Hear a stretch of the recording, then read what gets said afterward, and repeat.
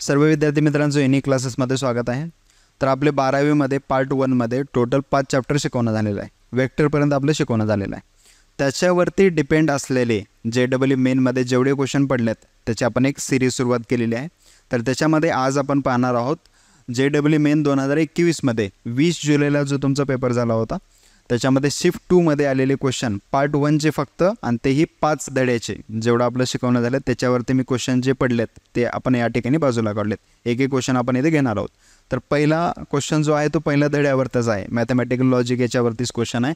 का म्हणते which of the following statement is correct. खालीलपैकी कोणकोणते जे स्टेटमेंट करेक्ट आहेत ते विचारले. पण त्याच्यावरती आणखी इथं मेन ऑप्शन आपला हा क्वेश्चनमध्ये आला. का म्हणते A, C true, B false. A true, B and C false. म्हणजे याच्यापैकी कोणतं ट्रू आहे कोणतं फॉल्स आहे हे आपल्याला फाइंड आउट करायचे. आणि प्रत्येकामध्ये चेक करा, प्रत्येकामध्ये इफ देन आहे. इफ देन असं प्रत्येकामध्ये. म्हणजे हे जे आहे ते तिन्ही स्टेटमेंट तुमचे इम्प्लिकेशनचे आहेत. इम्प्लिकेशनचा टेबल तुम्हाला पाठ असेलच. सो इथे P स्टेटमेंट आहे, इथे Q आहे, इथं आहे P इम्प्लाइज Q. जिथे जिथे इफ देन असेल तिथं आपलं इम्प्लिकेशन येते. मग काय असेल इम्प्लिकेशनमध्ये एकतर कॉन्स्टंट असलं पाहिजे. म्हणजे दोन्ही ट्रू असतील तर ट्रू येते, दोन्ही फॉल्स असेल तर फॉल्स असते.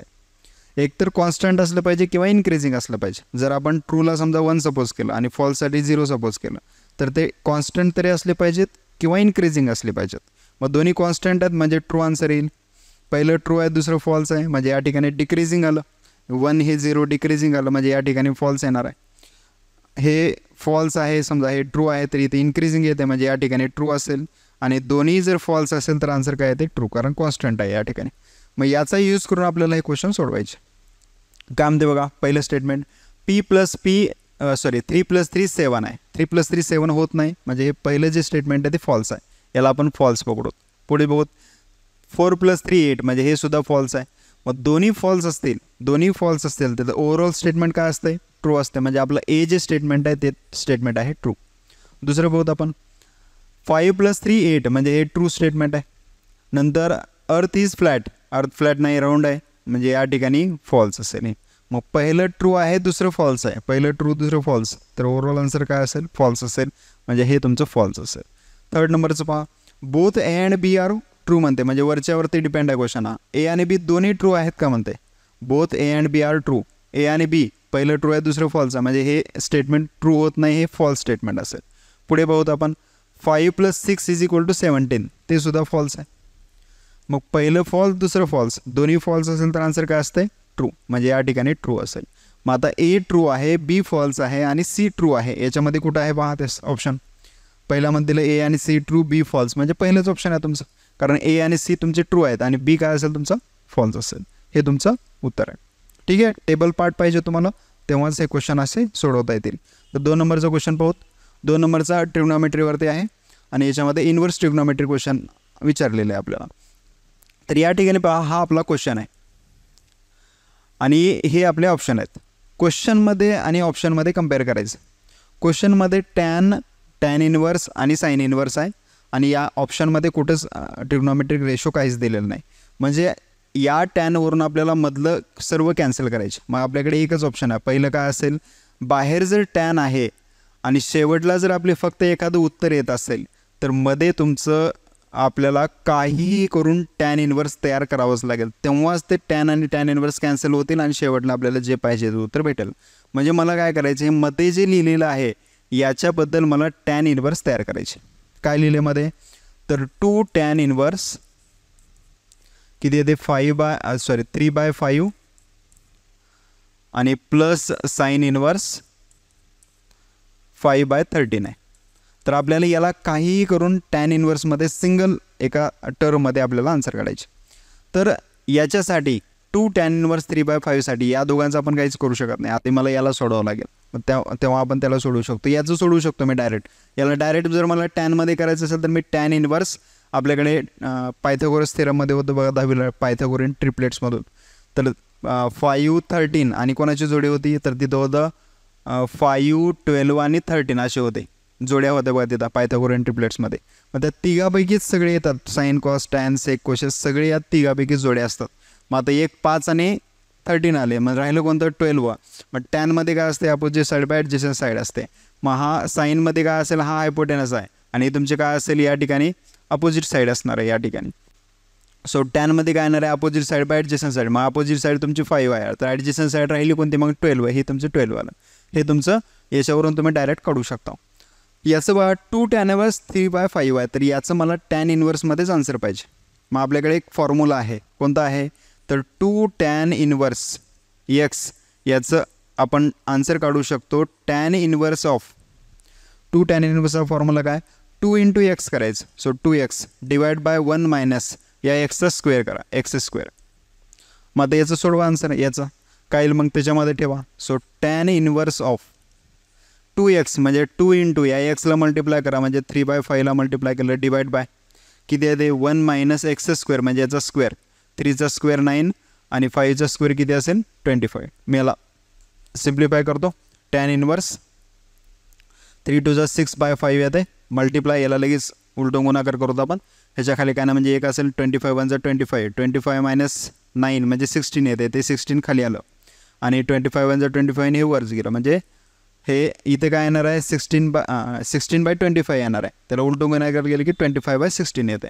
हे आपलं असेल आणि हे पुढचं जसं तसं tan इनवर्स 5/12 जसं तसं येणार आहे.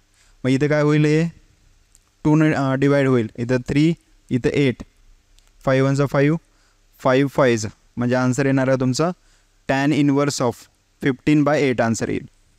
आणि इथं काय असेल plus tan inverse of 5/12 answer असेल. तर आता याच्यावरून आपल्याला कंबाईन करायचं आहे ना, तर आपल्याकडे लास्ट फॉर्म्युला आहे आपल्याकडे आता tan इनवर्स x आणि प्लस tan इनवर्स y.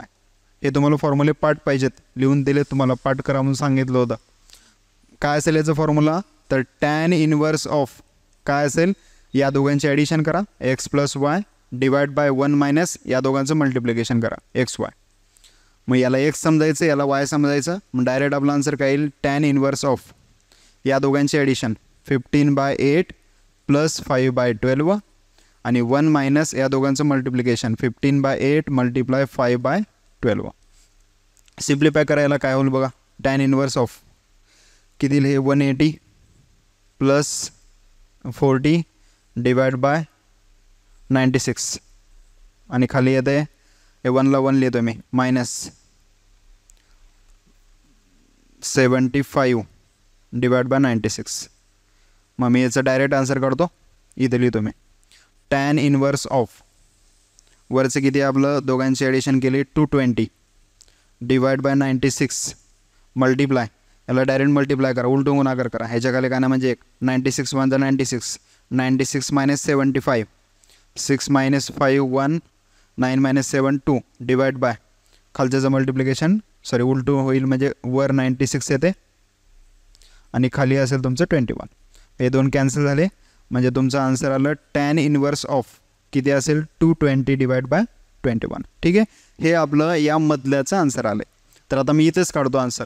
हे टॅनला टॅन आहे आणि या मधल्याच्या जागी आपण काय लिहिणार आहोत, हे लिहिणार आहोत. काय असेल तर tan इनवर्स ऑफ काय असेल तुमचं 220 डिवाइड बाय 21. हे tan इनवर्स आणि tan कॅन्सल झालं, म्हणजे आन्सर काय येते 220 डिवाइड बाय 21. कुठं आन्सर आहे आपलं 4th 1, हे तुमचं आन्सर असेल. ठीक आहे, याच्यामध्ये ट्रिग्नॉमेट्रीमध्ये जे इनवर्स ट्रिग्नॉमेट्रीमध्ये जे फॉर्म्युले होते त्या 3 फॉर्म्युल्याचा वापर करून तुम्हाला हे क्वेश्चन विचारले. ओके, याला समजलं नसेल तर परत एक वेळेस पाठीमाग घेऊन परत तुम्ही पाहू शकता. पुढचा क्वेश्चन आहे मीन आणि व्हेरिएशन. हा 11वी मधला आहे, हा मी घेत नाही, हा आपण घेऊ. फक्त मी तुम्हाला हिंट देतो किंवा अर्ध क्वेश्चन हा सोडवून देतो. पुढचा फक्त कॅल्क्युलेशनचा भाग असेल तो तुम्ही सोडवा. मीन कसं काढतो, मीन म्हणजे आपण ॲव्हरेज काढतो. ॲव्हरेज कसं काढायचं असेल तर काय दिलं 6 ऑब्झर्वेशन 10. ओके, म्हणजे यांचं हा मीन दिलं आहे, हा जो आहे तो मीन आहे आणि हे आहे आपलं व्हेरिएशन. तर आपल्याला याची व्हॅल्यू फाइंड आउट करायची. म्हणजे ए आणि बी आपल्याला सेपरेट काढावंच लागेल. इथं ॲडिशन जर A + B असेल तर डायरेक्ट आपल्याला ॲडिशन काढता आली असते, कारण इथं मीनमध्ये A + B निघणारच आहे. आपलं डायरेक्ट उत्तर आलं असतं. A - B विचारले म्हणजे डायरेक्ट उत्तर येणार नाही, आपल्याला व्हेरिएशनसुद्धा तिथं वापरावं लागेल. ठीक आहे, बघूत आपण मीन कसं काढतो. या सगळ्यांची ॲडिशन, मीन म्हणजे किती दिलं आपल्याला 10 इज इक्वल टू सगळ्यांची addition 7 + 10 + 11 + 15 + A + B divide by किती टर्म आहेत 3 आणि 3 6 असेल. याला इकडे घेऊन या 60 इज इक्वल टू या सगळ्यांची ॲडिशन करा. 7 + 10 17 + 11 28 + म्हणजे 33 येईल, सॉरी 28 म्हणजे 43 आन्सर येते. 43 प्लस ए प्लस बी. या 43ला इकडे घेऊन या. 60 minus 43 is equal to A plus B. म्हणजे आन्सर किती येईल इथं 17 आन्सर आलं ए प्लस बीच. बघा इथे 7, जर इथे ए प्लस बी विचारलं असतं तर डायरेक्ट 17 आपण आन्सर इथे लिहिलं असतं. म्हणजे ऑप्शनमध्ये ए मायनस बी विचारले म्हणून इथे 17 नाही. जर ए प्लस बी विचारलं असतं तर 17 आलं असतं तिथं. आता 17 हे ए प्लस बी आलं. आता व्हेरिएशन कसं काढतो आपण? व्हेरिएशन म्हणजे या प्रत्येकाचा स्क्वेअर करता. व्हेरिएशन किती दिले आपल्याला? 20/3 दिले इज इक्वल टू प्रत्येकाचा स्क्वेअर करा. 7चा स्क्वेअर प्लस 10चा स्क्वेअर प्लस 11चा square plus 15 square plus A square plus B square divide by 6 आणि मायनस मीनचा स्क्वेअर असते. मीन किती दिले आपल्याला? 10 दिले, त्याचा स्क्वेअर केला. मग इथं 20/3 मायनसचं प्लस होईल. 10चा स्क्वेअर 100, इथं आलं प्लस 100 इज इक्वल टू इथील 49 plus 100 plus 121 100 plus 121 plus 225 plus A square plus B square आणि खाली आहे तुमचं 6. याच्या खाली काय ना म्हणजे एक घ्या. 20 प्लस 300 म्हणजे 320 आणि डिवाइड बाय 3 1 3 मल्टिप्लाय. इथं काय होलं? क्रॉस मल्टिप्लिकेशन करा. 3 × 100 300 होते. 300 प्लस 20 320 डिवाइड बाय 3 आहे. हे डिवाइडमधलं मल्टिप्लायमध्ये घेऊन या. म्हणजे इथं आलं 6 इज इक्वल टू पुढे किती राहते बघा. या सगळ्यांची ॲडिशन करा. 5 प्लस 1 प्लस 0 प्लस 9 किती येईल तुमचं? 15. 15ला 1, 15ला 5 कॅरी 1. 2 प्लस 0 प्लस 4 8 8 प्लस 1 9 आलं. आणि नंतर असेल तुमचं 2 प्लस 1 3 3 प्लस 1 4. ठीक आहे. 495 डिवाइड बाय तुमचं किती आहे? डिवाइड 5 तिकडे गेलेच. पुढे असेल तुमचं ए स्क्वेअर प्लस बी स्क्वेअर. ठीक आहे. 3 1 3 3 2 6. या दोघांचं मल्टिप्लिकेशन करा. 640 मायनस याला इकडे घेऊन या. 495 is equal to A square plus B square. Subtraction करा. 5 इथं 13 मायनस 9 4 आलं आणि इथे 1 येतं is equal to A square plus B square. आता याच्या पुढचे कॅल्क्युलेशनचा भाग आहे. आपल्याला ए बीची व्हॅल्यू काढायची म्हणजे याची व्हॅल्यू याच्यामध्ये पुटअप करा. मी काय करतो इथं 17 minus B is equal to A घेतो. म्हणजे बीला इकडे घेऊन येतो. आता एच्या जागी व्हॅल्यू पुटअप करा. म्हणजे 145 इज इक्वल टू एच्या जागी किती येते? 17 मायनस बी bracket square plus B square. याला ए मायनस बी ब्रॅकेट स्क्वेअरचा फॉर्म्युला वापरा. सगळे एका साईडला घेऊन जावा. म्हणजे एक क्वाड्रॅटिक इक्वेशन तयार होते, वर्ग समीकरण तयार होते 10 सारखं. त्याला सोडवायचं. तुमचं बी निघते. आलेली बीची व्हॅल्यू याच्यामध्ये ठेवायचं. तुमचं ए निघते. म्हणजे 4 व्हॅल्यू येते. 4मधलं याच्यामध्ये ठेवा. कोणत्या तरी 2 उत्तर येतील तुमचे आणि त्याच्यापैकी कोणतं तरी एक उत्तर इथं असणार आहे. मॉड दिले म्हणजे पॉझिटिव्हमध्ये आन्सर करायचं. तसं मॉड काय करते? कुठलंही आन्सर आलं की त्याचं पॉझिटिव्ह करतं. ए मायनस बी समजा -3 आलं तर ते +3 करायचं. -7 आलं तर +7 करायचं. +7 आलं तरी +7च ठेवायचं त्याला. ठीक आहे. ॲब्सोल्यूट व्हॅल्यू आपण या ठिकाणी काढू शकतो. याला सिम्प्लिफाय करा. खाली याला सॉल्व्ह करायचं तुम्हाला. आता कॅल्क्युलेशनचा भाग आहे. खूप वेळ लागेल. क्वाड्रॅटिक इक्वेशन असेल त्याला सॉल्व्ह करा. ती व्हॅल्यू याच्यामध्ये ठेवा. उत्तर येईल तुमचं. ठीक आहे. हे 11वीमधलं होतं आहे. ओके. पुढे काय म्हणतं आहे? In the triangle ABC magnitude दिले, दुसरं मॅग्निट्यूड, तिसरं प्रोजेक्शन विचारले. म्हणजे वेक्टरमधला क्वेश्चन आहे हा. आपण फॉर्म्युला पाहिला पहा. प्रोजेक्शन ऑफ, मी आता टेक्स्ट लिहित नाही तर प्रोजेक्शन ऑफ कोणाचं प्रोजेक्शन आहे? ए बार ऑन बी बार असं जर असेल तर काय लिहितो आपण? या दोघांचा डॉट प्रोडक्ट घेतो आणि डिवाइड बाय ज्याच्यावरती प्रोजेक्शन आहे तो मॅग्निट्यूडमध्ये खाली येते. मग आता मला सांगा सेम याच्यासारखं याचं सेंटेन्स का तयार होईल? काय असेल? बी ए बार ऑन कशावरती आपण गेलेलो? बी सी बार गेलेलो. किंवा याचा आधी सिम्प्लिफाय करून दाखवतो मी. हे डॉट प्रोडक्ट घेतो म्हणजे काय करतो? पहिल्याचा मॅग्निट्यूड असेल इंटू दुसऱ्याचा मॅग्निट्यूड असेल इंटू काय असेल? कॉस थीटा असेल. हा ए डॉट बीचा फॉर्म्युला येतो आणि डिवाइड बाय मॅग्निट्यूड ऑफ बी. मग हे दोन कॅन्सल झाले म्हणजे उत्तर काय येणार आहे? ए बार इंटू काय असेल? Cos theta. जसं याच्यावरून हे तयार झाले तसं याच्यावरून काय तयार होईल बरं? तर ऑनच्या अगोदरचं ज्याच्यावरती प्रोजेक्शन होलं आहे ते कॅन्सल होलं इथं आणि जे ऑनच्या अगोदर आहे ते जशाच तसं रावलेलं आहे. ए जशाच तसं रावलेलं आहे. म्हणजे इथं काय असेल? B A bar magnitude of B A bar into काय असेल तुमचं? कॉस थिटा असेल. मग बी ए बारची व्हॅल्यू दिली आहे तुम्हाला 7 दिली, या ठिकाणी तुम्ही 7 लिहू शकता मल्टिप्लाय, पण कॉस थिटा आपल्याकडे नाहीच. मग कॉस थिटा कसं काढणार आपण? कॉस थिटा समजा या ठिकाणी असं ट्रायंगल आहे आणि कोणाचं बी एचं बी सीवरती आहे, म्हणजे इथं बी घेऊत, इथं ए घेऊत, इथं सी घेऊत, याचं प्रोजेक्शन याच्यावरती आहे, म्हणजे आपल्याला इथला थिटा फाइंड आउट करायची. ठीक आहे, तो कसं काढणार आपण? व्हॅल्यू कोणकोणती दिले? बी सीची व्हॅल्यू दिले 3, सी एची व्हॅल्यू दिले 5 आणि ए बीची व्हॅल्यू दिले 7. मग आता कॉस थिटा आपल्याला काढायचं आहे, तर आपल्याकडे दुसरा पर्यायच नाही, ट्रिग्नोमेट्रीमधला कोसाइन रूल आपल्याला वापरावा लागेल. कोसाइन रूल का सांगतं? त्याच्या आधी कोसाइन रूलमध्ये ए बी सी आपण स्मॉल लेटर्समध्ये वापरतो. या एच्या समोरचं जे आहे ते तुमचं ए असेल, या बीच्या समोरचं जे आहे ते तुमचं बी असेल, या कॅपिटल सीच्या समोरचं तुमचं सी असेल. प्रोजेक्शन रूल काय सांगतो? प्रोजेक्शन रूलमध्ये आपल्याला कॉस थिटा म्हणजे कॉस बी काढायचे. मग कॉस बी म्हणजे या बीसाठी फॉर्म्युला वापरायचं. का असेल? B square is equal to, राहिलेल्या दोघांचा स्क्वेअर करा, A square plus C square minus त्याच दोघांचं मल्टिप्लिकेशन 2 इंटू ए सी आणि इंटू काय असेल तुमचा कॉस कॅपिटल बी. हा तुमचा कोसाइन रूलचा फॉर्म्युला आहे. तसंच ए स्क्वेअरचा फॉर्म्युला असेल सी स्क्वेअरचा. कोसाइन रूलचे 3 फॉर्म्युले आहेत, त्याच्यापैकी आपण एक वापरतो आहे. मला आता कॉस बीची व्हॅल्यू काढायची, तर मी काय करतो? इंटरचेंज करतो, याला इकडे घेऊन येतो, याला तिकडे घेऊन जातो. म्हणजे 2ac is equal to A square plus C square minus काय आलं? बी स्क्वेअर. याला मल्टिप्लाय करा, इथं तुमचं कॉस असणार आहे 2ac कॉस बी असणार आहे. मग हे 2ac तिकडे घेऊन जावा, काय होईल मग answer? Cos B is equal to तुमचा असेल A square plus C square minus B square divide by खाली असेल तुमचं 2ac असेल. So is equal to A स्क्वेअरची व्हॅल्यू किती आपल्याकडे? ए स्क्वेअर म्हणजे इथं आहे 3 स्क्वेअर, मी डायरेक्ट लिहितो आता व्हॅल्यू, इथं 9 लिहितो, प्लस सी स्क्वेअर म्हणजे किती? 7 स्क्वेअर 49 मायनस बी स्क्वेअर म्हणजे 5 square 25 divide by 2 into A C आहे, ए आणि सी म्हणजे 3 7 21 येते. सो इथं या दोघांची जर आपण ॲडिशन केले किंवा 9 प्लस या दोघांची सबट्रॅक्शन करा 24 येते डिवाइड बाय इथं 2 इंटू 21,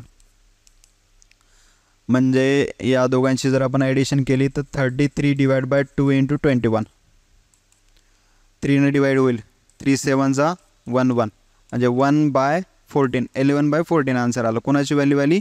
तर ही आली कॉस बीटाची व्हॅल्यू. मग आता ही कॉस बीटाची व्हॅल्यू इथे ठेवा. कॉस बीटाची म्हणजे थिटा म्हणजेच आपलं बीटा आहे, किती? 11/14 आन्सर आले. सो 7 म्हणजे 7 7 2 14 म्हणजे 11/2 हे तुमचा आन्सर आहे. किती नंबरचा ऑप्शन असेल? तर ऑप्शन आहे 1, हे तुमचं फायनल आन्सर आहे.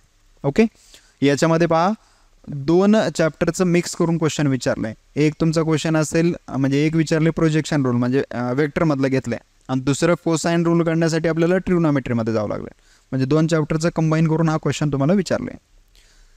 ठीक आहे, नेक्स्ट काय इथं? The value of system infinite solution. ठीक आहे, इन्फायनाईट सोल्युशन याच्यामध्ये 2 वाक्य महत्त्वाचे आहेत बघा. इन्फायनाईट सोल्युशन आणि हे आपल्याला 3 इक्वेशन दिले आणि आपल्याला काय काढायचं याच्यामध्ये? केची व्हॅल्यू फाइंड आउट करायची. द व्हॅल्यू ऑफ के म्हणतात, केची व्हॅल्यू फाइंड आउट करायची. इन्फायनाईट सोल्युशन कधी असते? आपण डिटर्मिनंटमध्ये क्रॅमर्स रूलमध्ये पण पाहिलं होतं बघा. आपण एक्स काढते वेळेस काय करत होतो? dx/d लिहित होतो. वाय काढते वेळेस काय करत होतो? dy/d काढत होतो. तसंच तुमचं झेड काढते वेळेस काय असते? dz/d असते. मग डीची व्हॅल्यू जर 0 आली तर इन्फायनाईट सोल्युशन असते, म्हणजे प्रत्येकाचं डी तर सेमच असणार आहे. मग इथे इन्फायनाईट सोल्युशन आहेत म्हणजे डीची व्हॅल्यू काय असणार आहे तुमची? 0 असणार आहे. म्हणजे या ठिकाणी डी कसं काढतो आपण? तर XY/Zच्या बाजूचे कोएफिशियंट घेतो. म्हणजे डी कसं काढतो आपण?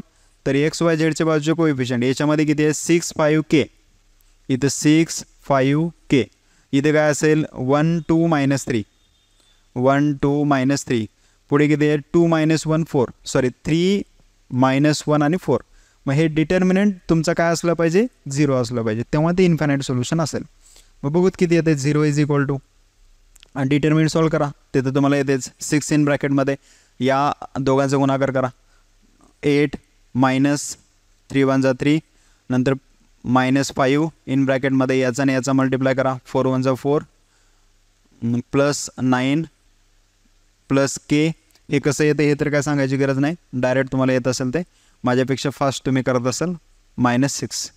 ठीक आहे, so 0 is equal to 6 into इथे येते 5 -4 इंटू इथे येईल तुमचं 13 प्लस के इन ब्रॅकेट -7, म्हणजे 0 is equal to 30 - 52 plus sorry plus नाही येणार इथं, -7k येईल आन्सर. या दोघांचं मल्टिप्लिकेशन करा. या दोघांची जर सबट्रॅक्शन केलं आपण, नाही इथं 5 आहे, या ठिकाणी चुकलं. -5 × 13 येईल आणि इथे येते 65. दोघांची सबट्रॅक्शन करा. इथे 35 -7k. या 35ला इकडे घेऊन या, -35 येईल इथं. याला इकडे घेऊन या. 35 = -7k. -7 डिवाइड करा. 35 / -7 = k. आन्सर येते तुमचं 5 = k. -5 = k. चुकून येते कुठं तर चिन्हामध्ये बदललं तर तुमचा आन्सर +5 येईल. +5 -5 या ठिकाणी मुद्दाम देतील त्यांनी. आता इथे दिले बघा +5 -5, तिथं चुकतंय आपलं. त्याच्यामुळं सायन्ससुद्धा तुमचं व्यवस्थित आलं पाहिजे. केची व्हॅल्यू किती आहे? -5, म्हणजे 4 नंबरचं हे तुमचं ऑप्शन आहे. ठीक आहे, सिम्पल क्वेश्चन होता. फक्त डिटर्मिनंट 0 आहे. इन्फायनाईट सोल्युशनवरती डिटर्मिनंट 0 असतं, हे तुम्हाला लक्षात पाहिजे. ठीक आहे, नेक्स्ट क्वेश्चन काय आहे? हे सुद्धा मॅट्रिक्सवरतीच आहे. मॅट्रिक्सच दिले इथं. AIG दिले, जिथे जिथं AIG इथं IG असेल. AIG जिथे जिथे तुम्हाला दिसेल त्या ठिकाणी तुमची मॅट्रिक्स आहे असं आपण सांगू शकतो. तर काय दिले इथं? हे याच्यापासून आपल्याला एक मॅट्रिक्स तयार करायचे. लक्षात घ्यायचे, तुकडे पाडायचे. हे जे आहे याच्यापासून आपल्याला एक मॅट्रिक्स तयार करावं लागेल किंवा डिटर्मिनंट तयार करावं लागेल, आणि हे आपल्याला विचारलं आहे, त्याचा वापर करून हे काढायचं आहे आपल्याला. तर आधी आपण डिटर्मिनंट काढू. बघा आपली डिटर्मिनंट कशी असते किंवा मॅट्रिक्स कशी असते, तर A11 असते, A12 असते, A13, A21, A22, A23, नंतर A31, A32 आणि A33 असते.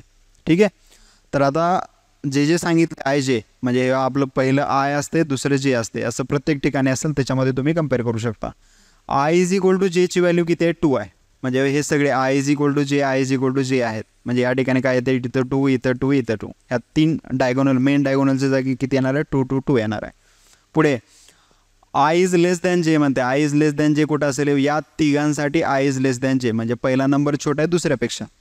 मग किती असेल तिथं? -1चा पॉवर J -1 करा, म्हणजे -1चा पॉवर 2 -1 केलं. -1चा पॉवर 1 येते, म्हणजे काय असेल इथं? -1 असेल. कारण कुठल्याही संख्येचं पॉवर 1 असेल तर तीच संख्या येते.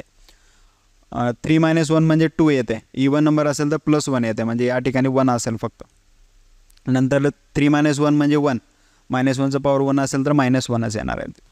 ठीक आहे, पुढे I < J म्हणजे या खालच्या तिघांसाठी, या तिघांसाठी असेल. पहिला नंबर मोठा आहे दुसऱ्यापेक्षा, पण इथं काय करायचे? दोघांची ॲडिशन करायचे. 2 + 1 3, ऑड नंबर आला की जशाच तसं येते, म्हणजे -1 असेल.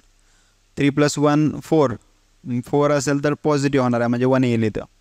आणि इथं 3 + 2 5, ऑड नंबर आहे, म्हणजे -1 येईल. म्हणजे ही आपली डिटर्मिनंट आहे. याला आपण A सपोज करू, कारण त्या ठिकाणी A आपल्याला विचारलं इथं. ठीक आहे, आणि या ठिकाणी पण दिले बघा, A = AIJ दिले, म्हणजे ही मॅट्रिक्स आपल्याला A आहे असं डिनोट करायचे. काय विचारले आता? डिटर्मिनंट. DET म्हणजे डिटर्मिनंट असते. डिटर्मिनंट ऑफ काय म्हणते? 3 ॲडजॉइंट ऑफ काय आहे? 2 × A इनवर्स. आपल्याला याची व्हॅल्यू विचारलं आहे. आधी याला आपण सिम्प्लिफाय करू. आपल्याला फॉर्म्युला माहीत पाहिजे. आता पहिला फॉर्म्युला काय? फॉर्म्युला जर डिटर्मिनंटमध्ये काहीतरी KA असेल आणि त्याला जर तुम्हाला बाजूला काढायचं असेल, त्याला जर तुम्हाला, ठीक आहे, ह्याला बाजूला न काढता मी आधी दुसरा फॉर्म्युला वापरतो. आधी हे ॲडजॉइंटच्या बाजूला काढतो मी. पहिला फॉर्म्युला हा वापरतो मी. जर तुमचं ॲडजॉइंट असेल ADJ, ॲडजॉइंटला जर तुम्हाला बाजूला काढायचं असेल, याला जर बाजूला काढायचं असेल तर त्याच्या डिटर्मिनंटमध्ये घ्यायचं एखादी व्हॅल्यू आणि त्याचा पॉवर करायचं n-1. आता n-1 कुठून आलं? तर n म्हणजेच काय? त्याची ऑर्डर असते. ह्याची ऑर्डर किती आहे? 3/3 आहे, म्हणजे तिथं काय असणार आहे? 3 - 1 येणार आहे. मग काय असेल?